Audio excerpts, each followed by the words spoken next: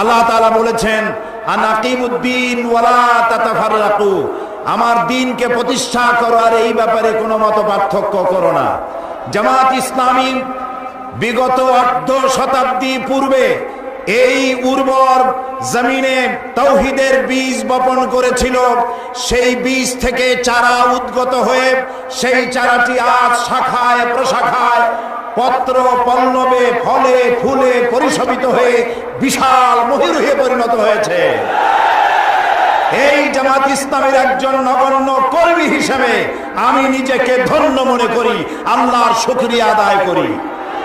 জামাত ইসলামী দ্বীন প্রতিষ্ঠার প্রচার প্রসারে বিগত 800 বছর ধরে এই দেশে কোনো হাঙ্গামা, কোনো মারধর, কোনো সন্ত্রাসী তৎপরতা চালায়নি। সম্পূর্ণ গণতান্ত্রিক পদ্ধতিতে গণতন্ত্রের বিকাশে দ্বীন প্রতিষ্ঠার জন্য একদল সুশৃঙ্খল কর্মী বাহিনী তৈরি করেছে সারা দেশ জুড়ে।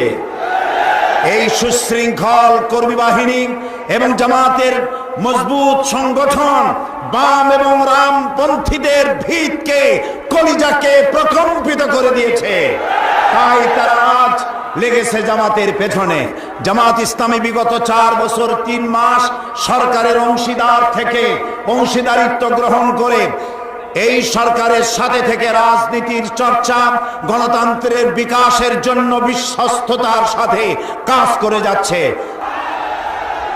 জামাত ইসলামী মাওলানা মওদুদীর সাথে মতবিরোধ থাকতে পারে, কিন্তু জামাত ইসলামী কোন ইসলামী দল নয়, এমন কথা পৃথিবীতে কোন বেয়াদব আজ পর্যন্ত বলতে পারে না।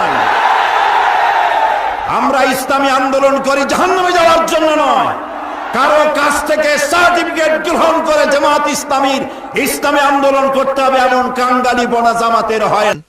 আজ যেখানে যে দুর্ঘটনা ঘটছে প্রত্যেকটি ঘটনার সাথে জামাত আর শিবিরকে জড়ানো হচ্ছে, বলা হচ্ছে এর সাথে আছে জামাত কানেকশন। কি জামাত কানেকশন?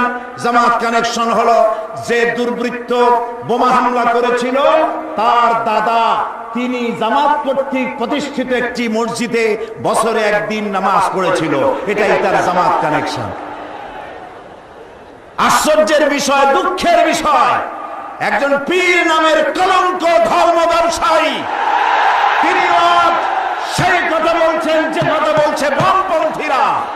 বামপন্থীদের সুরে সুর মিলিয়ে তিনি দেশের ইসলামী আন্দোলন বন্ধ করে দিতে চান। জামাত ইসলামী মাওলানা মওদুদীর সাথে মতবিরোধ থাকতে পারে, কিন্তু জামাত ইসলামী কোন ইসলামী দল নয়, এমন কথা পৃথিবীতে কোন বেয়াদব আজ পর্যন্ত বলতে পারে না। আমরা ইসলামী আন্দোলন করি জাহান্নামে যাওয়ার জন্য নয়, কারো কাছ থেকে সার্টিফিকেট গ্রহণ করে জামাত ইসলামীর ইসলামী আন্দোলন করতে হবে এমন কাঙ্গালি বনা জামাতের হয় নাই। কাজে আপনি আপনার বক্তব্যের মধ্য দিয়ে আপনি ভারতের দালাল আওয়ামী লীগের ব্রিটিশ প্রমাণ করে দিয়েছেন। আজ বক্তৃতা করার সময় নয়, শুনতে এসেছি আমার নেতার কথা, শুনতে এসেছি জাতিকে যিনি বক্তব্য রাখবেন তার কথা শুনতে এসেছি। আজ পদত্যাগ করো, পদত্যাগ করো। মেজাজ এত খারাপ কেন?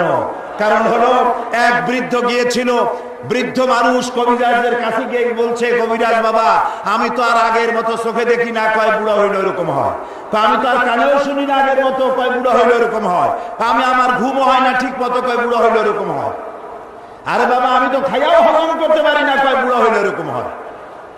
বেচারা রাগ করে কবিরাজের গালে ঠাস করে এক চড় মেরেছে। কবিরাজ বলছে, চাচাজি এতো আমি রাগ করবো না, কারণ বুড়ো হইলে মেজাজ এইরকমই খারাপ হয়।